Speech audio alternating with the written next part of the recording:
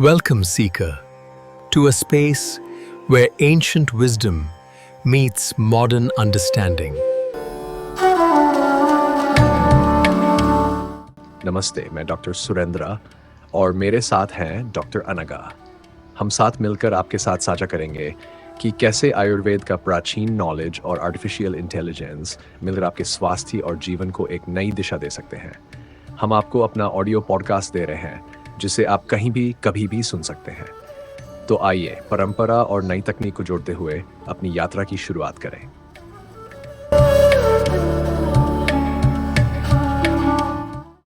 स्वागत।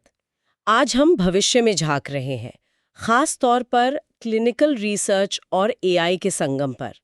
हमारे सामने क्लिनिकल रिसर्च इन एआई डोमेन आउटलुक 2025-2030 रिपोर्ट के कुछ अंश हैं और हम देखेंगे कि अगले 5-6 सालों में इस फील्ड में क्या बड़े बदलाव आ सकते हैं।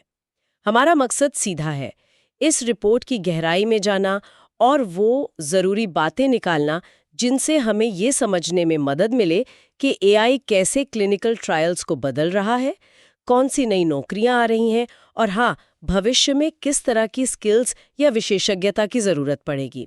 तो चलिए, रिपोर्ट के जो मुख्य निष्कर्ष है उनसे शुरू करते हैं। सबसे बड़ी बात क्या निकल कर आ रही है इस रिपोर्ट से? मुझे जो एक मेन पॉइंट लगा वो ये कि जहां 2025 तक एआई का इस्तेमाल शायद कुछ पायलट प्रोजेक्ट्स तक ही रहेगा क्लिनिकल रिसर्च में, वहीं 2030 आते आते ये तकनीक पूरी तरह से प्रोसेस का हिस्सा बन जाएगी। ये कोई छोटा मोटा बदलाव नहीं लगता, बिल्कुल नहीं। ये एक बहुत बड़ा एक फंडामेंटल शिफ्ट है। इसका सीधा मतलब समझिए कि एआई क्लिनिकल ट्रायल्स के लगभग हर स्टेज में शामिल होगा। शुरुआत में, जैसे ट्रायल का डिज़ाइन बनाने से लेकर सही मरीजों को ढूंढने में, फिर उनकी मॉनिटरिंग करने में और आखिर में जो इतना सारा डेटा आता है उसे एनालाइज करने तक। हर स्टेज पर? हाँ, लगभग हर स्टेज पर। और दिलचस्प बात यह है कि इससे न केवल जो रूटीन काम है वो ऑटोमेट होंगे, बल्कि पूरी तरह से नई जॉब रोल्स भी बनेंगे। और एआई, डेटा साइंस और रेगुलेटरी साइंस यानी नियमों की समझ, इन तीनों एरियाज में जो हाइब्रिड स्किल्स वाले प्रोफेशनल्स हैं उनकी डिमांड बहुत बढ़ने वाली है। ये वाकई भविष्य की एक अलग ही तस्वीर लग रही है। रिपोर्ट में कुछ खास एरियाज का जिक्र है जहां एआई का असर सबसे ज्यादा दिखेगा, जैसे ये जेनरेटिव एआई का इस्तेमाल। ये क्या है? जेनरेटिव एआई ये वही टेक्नोलॉजी है जो आजकल टेक्स्ट, इमेज, कोड वगैरह बना सकती है। तो इसका इस्तेमाल क्लिनिकल प्रोटोकॉल लिखने, मरीजों के लिए जो कंसेंट फॉर्म्स होते हैं और स्टडी रिपोर्ट्स के शुरुआती ड्राफ्ट तैयार करने में किया जा सकता है। अच्छा। सोचिए, इससे साइंटिस्ट्स और डॉक्टर्स का कितना समय बच सकता है। लेकिन ये तो बस एक शुरुआत है। और क्या है इसमें, जेनरेटिव एआई के अलावा? Report in silico trial simulation की बात करती है। ये बहुत ही रोमांचक चीज है। इन सिलिको मतलब कंप्यूटर के अंदर, यानी असली मरीजों पर ट्रायल शुरू करने से पहले या उसके साथ साथ कंप्यूटर मॉडल्स पर ही ट्रायल के कुछ हिस्सों को सिमुलेट करना। कंप्यूटर पर ट्रायल? हाँ, एक तरह से। और इसी तरह डिजिटल ट्विन्स, जो किसी मरीज या मरीजों की ग्रुप का एक डिटेल्ड वर्चुअल मॉडल होता है, उसका इस्तेमाल दवा की सही डोज पता करने और उसके असर का अंदाजा लगाने के लिए किया जा सकता है। इससे दवा का डेवलपमेंट सेफ और शायद तेज भी हो सकता है। इसका मतलब है कि हम शायद कुछ हद तक कंप्यूटर पर ही परीक्षण करके नतीजों का अंदाजा लगा पाएंगे। ये तो कमाल का लग रहा है। रिपोर्ट में फेडरेटेड लर्निंग नेटवर्क्स और डिसेंट्रलाइज्ड ट्रायल्स का भी जिक्र है। ये क्या चीजें हैं? फेडरेटेड लर्निंग एक बहुत स्मार्ट तरीका है। मान लीजिए अलग अलग अस्पतालों के पास मरीजों का डेटा है, लेकिन प्राइवेसी रूल्स की वजह से वो इसे सीधे शेयर नहीं कर सकते। फेडरेटेड लर्निंग क्या करता है, एआई मॉडल को हर अस्पताल के डेटा पर वहीं के वहीं ट्रेन होने देता है, बिना डेटा को कहीं भेजे। अच्छा, डेटा वही रहता है? हाँ, डेटा वही रहता है। फिर सिर्फ मॉडल से जो सीखा है, बिना किसी पर्सनल डेटा के उस जानकारी को मिलाकर एक बेहतर, ज्यादा पावरफुल मॉडल बनाया जाता है। ऐसे डेटा प्राइवेसी भी बनी रहती है और कोलैबोरेशन भी हो जाता है। समझ गई? डेटा कहीं गया नहीं, बस मॉडल सीख कर आ गया। और ये डिसेंट्रलाइज्ड ट्रायल्स? डिसेंट्रलाइज्ड ट्रायल्स का मतलब है कि मरीजों को बार बार क्लिनिक या अस्पताल जाने की जरूरत कम पड़ती है। वो अपने घर पर ही वेयरेबल डिवाइस जैसे स्मार्ट वॉच वगैरह पहन सकते हैं या टेली हेल्थ वीडियो कॉल वगैरह से डॉक्टर से जुड़ सकते हैं। एआई इन डिवाइसेस से आने वाले रियल टाइम डेटा को एनालाइज करके मरीज की हेल्थ पर नजर रख सकता है। तो ये ट्रायल्स को ज्यादा सुविधाजनक बना देता है। हाँ बिल्कुल, सुविधाजनक और सुलभ। शायद ज्यादा लोग हिस्सा ले पाए इस वजह से। ये सब मिलकर तो ऐसा लग रहा है कि एआई ना सिर्फ प्रोसेस को तेज करेगा बल्कि उसे ज्यादा पेशेंट सेंट्रिक मतलब मरीज केंद्रित भी बनाएगा। अब बात करते हैं उन कामों की जो एआई की वजह से ऑटोमेट हो सकते हैं। कौन से खास काम हैं जिनका रिपोर्ट में जिक्र है? कई सारे रूटीन लेकिन बहुत जरूरी काम हैं, जैसे इलेक्ट्रॉनिक हेल्थ रिकॉर्ड्स यानी EHRS। मरीज के जो डिजिटल हेल्थ रिकॉर्ड होते हैं उनको स्कैन करके ऐसे मरीजों को ढूंढना जो किसी खास ट्रायल के लिए फिट हो। ये अभी काफी मैनुअल काम होता है, बहुत टाइम लगता है इसमें। हाँ, ये तो मैंने सुना है। इसके अलावा अस्पतालों का जो बिलिंग डेटा होता है, चार्ज मास्टर डेटा, उसको क्लीन करना ताकि रिसर्च की कॉस्ट का सही अंदाजा लग सके। और तो और जो एथिकल रिव्यू बोर्ड होते हैं IRB, उनके लिए जो फॉर्म्स भरने होते हैं उनको जनरेट करने में भी एआई मदद कर सकता है। यानी बैकएंड के काफी सारे काम आसान हो जाएंगे। और क्या, मॉनिटरिंग से जुड़े काम भी हैं, जैसे अलग अलग ट्रायल साइट्स कैसा परफॉर्म कर रही हैं, इसकी ऑटोमेटेड निगरानी। रिस्क बेस्ड मॉनिटरिंग को लागू करना, इसका मतलब है एआई उन जगहों या डेटा पॉइंट्स पर ज्यादा फोकस करने में मदद करेगा जहां गड़बड़ी का रिस्क ज्यादा हो। स्मार्ट मॉनिटरिंग कह सकते हैं। हाँ बिल्कुल, स्मार्ट मॉनिटरिंग। डेटा में जो प्रॉब्लम्स या क्वेरीज आती हैं उनको हल करने में मदद करना। और फार्माकोविजिलेंस यानी दवा के मार्केट में आने के बाद उसकी सेफ्टी पर नजर रखना, साइड इफेक्ट्स रिपोर्ट करना, इसमें भी एआई की भूमिका बढ़ेगी। तो ये तो साफ है कि एआई बहुत सारे रिपीटेटिव और टाइम लेने वाले काम अपने ऊपर ले लेगा। इससे शायद क्लिनिकल रिसर्च टीम ज्यादा स्ट्रेटेजिक और जो कॉम्प्लेक्स प्रॉब्लम्स हैं उन पर ध्यान दे पाएगी। निश्चित रूप से ये एफिशिएंसी बढ़ाने, कॉस्ट कम करने और ह्यूमन एरर यानी मानवीय गलतियों को घटाने की दिशा में एक बड़ा कदम है। लेकिन इसका ये भी मतलब है कि जो प्रोफेशनल्स हैं उन्हें नए स्किल्स सीखने होंगे। हाँ, ये बहुत जरूरी सवाल है। इस बदलते माहौल में कामयाब होने के लिए किस तरह के स्किल्स चाहिए होंगे? पुराने स्किल्स तो शायद काफी नहीं होंगे अब। बिल्कुल नहीं, यहाँ टेक्निकल और एनालिटिकल स्किल्स का एक दिलचस्प मिक्स चाहिए। सबसे पहले मशीन लर्निंग मॉडल्स को डेवलप करने और उन्हें वैलिडेट करने की क्षमता, मतलब ये पक्का करना कि मॉडल सही और भरोसेमंद रिजल्ट दे रहे हैं। दूसरा, मेडिकल रिपोर्ट्स और नोट्स जैसे टेक्स्ट को समझने के लिए नेचुरल लैंग्वेज प्रोसेसिंग यानी NLP की एक्सपर्टीज। तीसरा, रियल वर्ल्ड डेटा जैसे EHRs या वेरिएबल्स से मिला डेटा, उसको एनालाइज करने की क्षमता और बायोस्टैटिस्टिक्स का गहरा ज्ञान। ये तो काफी टेक्निकल स्किल्स हो गए। इनके अलावा और क्या जरूरी होगा? इनके साथ ही क्लाउड कंप्यूटिंग प्लेटफॉर्म्स पर काम करने का अनुभव बहुत जरूरी होगा, जैसे AWS, Azure या GCP, क्योंकि ज्यादातर AI एप्लीकेशंस वहीं चलते हैं।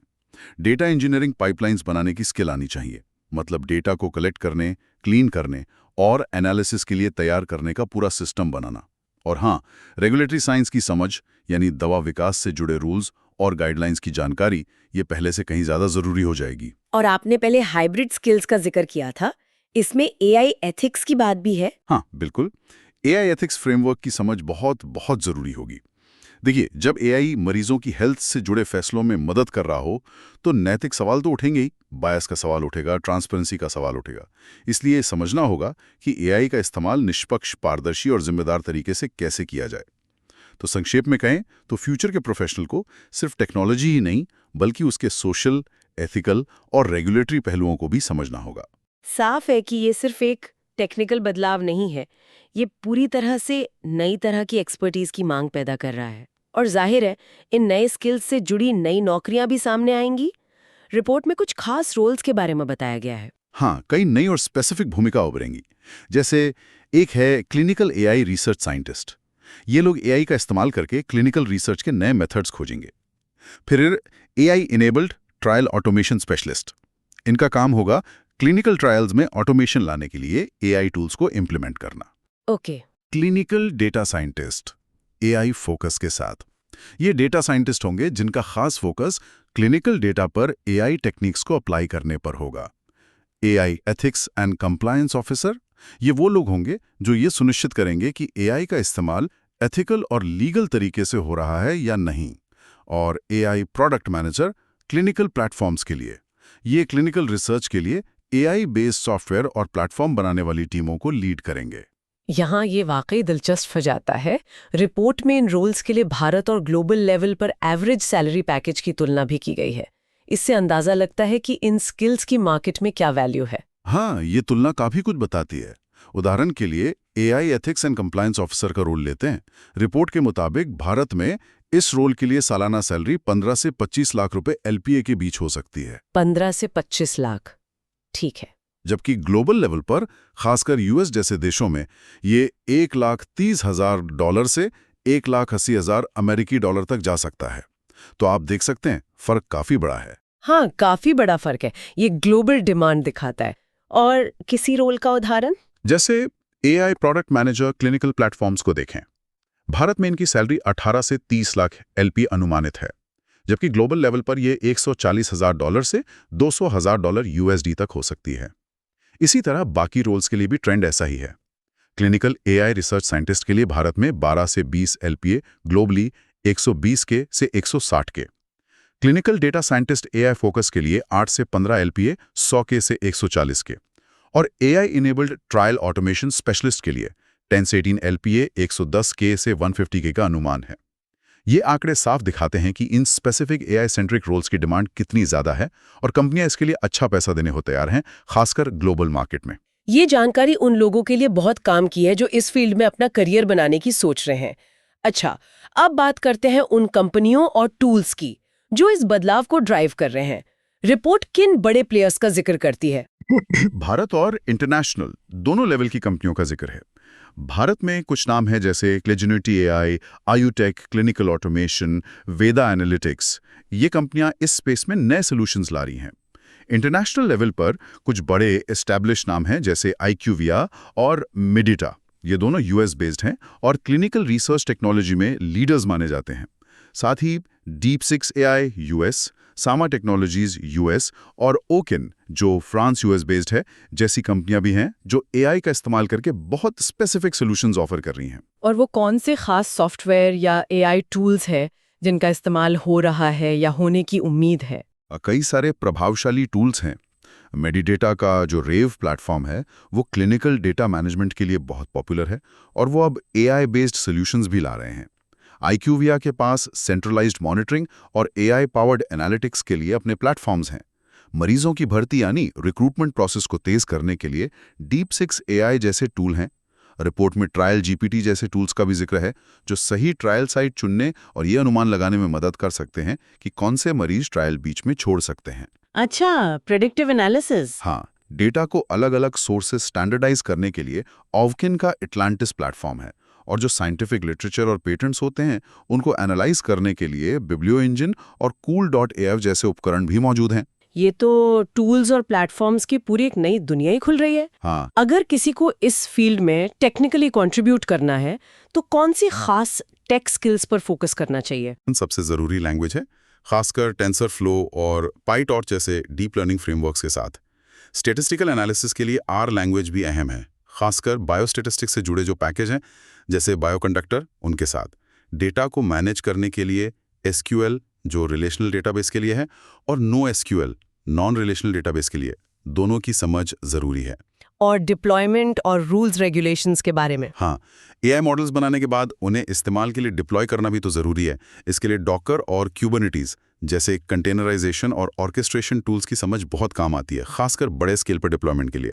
और जैसा हमने पहले भी बात की, डेटा प्राइवेसी सबसे ऊपर है, इसलिए हेल्थ डेटा से जुड़े जो कड़े नियम हैं जैसे HIPAA यूएस का हेल्थ डेटा प्राइवेसी कानून और GDPR यूरोप का जनरल डेटा प्रोटेक्शन रेगुलेशन, इनकी गहरी समझ और उन्हें टेक्निकली लागू करने की क्षमता ये अनिवार्य है। ये स्पष्ट है कि एक बहुत ही ब्रॉड टेक्निकल बेस की जरूरत होगी। अब जरा भविष्य की ओर देखते हैं। रिपोर्ट 2025 से 2030 तक के लिए एक टाइमलाइन का अनुमान लगाती है। ये डेवलपमेंट कैसे होगा स्टेप बाय स्टेप? हाँ, रिपोर्ट एक फेज्ड डेवलपमेंट की तस्वीर पेश करती है। 2025 के आसपास हम देखेंगे कि ज्यादातर ऑर्गेनाइजेशंस एआई का इस्तेमाल मुख्य रूप से एडमिनिस्ट्रेटिव कामों को स्ट्रीमलाइन करने, मरीजों की भर्ती को बेहतर बनाने, ऐसे कामों के लिए छोटे पायलट प्रोजेक्ट्स में करेंगे। ये शुरुआती दौर होगा, अडॉप्शन का पहला फेज। और उसके बाद 2026-2027 में क्या उम्मीद करें? 2026-2027 तक AI पावर्ड एनालिटिक्स और रिस्क बेस्ड मॉनिटरिंग के जो तरीके हैं वो ज़्यादा मैच्योर और व्यापक रूप से अपनाए जाने लगेंगे। इसी समय के आसपास हमें ट्रायल ऑटोमेशन स्पेशलिस्ट जैसी नई डेडिकेटेड जॉब रोल्स भी ज़्यादा संख्या में देखने को मिल सकती हैं, क्योंकि कंपनियां प्रोसेस को ऑटोमेट करने पर ज़्यादा ध्यान देंगी। यानी एआई का असर और गहरा होता जाएगा। 2028-2029 तक क्या स्थिति हो सकती है? तब तक रिपोर्ट का अनुमान है कि in silico trials, digital twin platforms और फेडरेटेड लर्निंग कॉन्सोर्टिया, मतलब जो डेटा शेयरिंग के लिए बनते हैं, वो ज़्यादा कॉमन हो जाएंगे।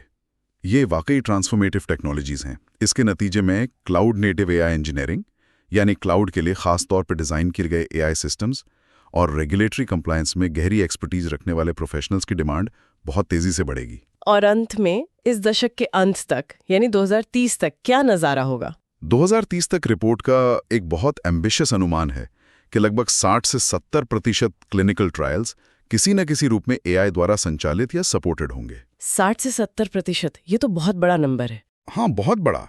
इससे न केवल दवा बनाने में लगने वाले टाइम और कॉस्ट में अरबों डॉलर की बचत होने की उम्मीद है, बल्कि ये पूरी प्रोसेस को ज़्यादा इफिशिएंट और इफेक्टिव बना सकता है। एआई इंटीग्रेटेड क्लिनिकल रिसर्च तब तक आप कह सकती हैं विभिन्न फील्ड्स के प्रोफेशनल्स के लिए, चाहे वो डेटा साइंटिस्ट हो, रेगुलेटरी एक्सपर्ट हो या क्लिनिकल रिसर्चर, एक बेसिक ज़रूरत बन जाएगा। तो अगर हम इस पूरी चर्चा को समेटें तो ये रिपोर्ट एक बहुत ही साफ मैसेज दे रही है। एआई अगले 5-10 सालों में क्लिनिकल रिसर्च की दुनिया में क्रांति लाने वाला है। ये सिर्फ मौजूदा प्रोसेस को बेहतर नहीं बनाएगा, बल्कि उन्हें फंडामेंटली बदल देगा, नई भूमिकाएं बनाएगा और पूरी तरह से नए स्किल सेट्स की मांग करेगा। बिल्कुल, ये सिर्फ एक टेक्नोलॉजी अपग्रेड नहीं है, ये काम करने के तरीके में, ज़रूरी एक्सपर्टीज में और यहाँ तक कि हमारे सोचने के तरीके में भी एक बड़ा बदलाव है। हमने जिन सैलरी के आंकड़ों पर बात की, वो भी इसी तरफ इशारा करते हैं कि इस फील्ड में एआई से जुड़ी एक्सपर्टीज कितनी वैल्यूएबल होती जा रही है। जो प्रोफेशनल्स और ऑर्गेनाइजेशंस इस बदलाव को अपनाएंगे, वो यकीनन आगे रहेंगे। ये सब जानने के बाद एक विचार जो मेरे मन में घूम रहा है वो ये है, जैसे जैसे एआई क्लिनिकल ट्रायल्स में डेटा एनालिसिस और यहाँ तक कि डिसीजन मेकिंग में ज़्यादा सहायक होता जाएगा, हम ये कैसे सुनिश्चित करेंगे कि मानवीय अंतर्दृष्टि, नैतिक विचार और सबसे ज़रूरी पेशेंट सेफ्टी ये हमेशा प्राथमिकता बनी रहे। मशीन और मानव विशेषज्ञता के बीच सही संतुलन खोजना ये शायद आने वाले दशक की सबसे बड़ी चुनौतियों और अवसरों में से एक होगा। ये एक ऐसा सवाल है जिस पर लगातार बातचीत और बहुत सावधानी से प्लानिंग की ज़रूरत होगी।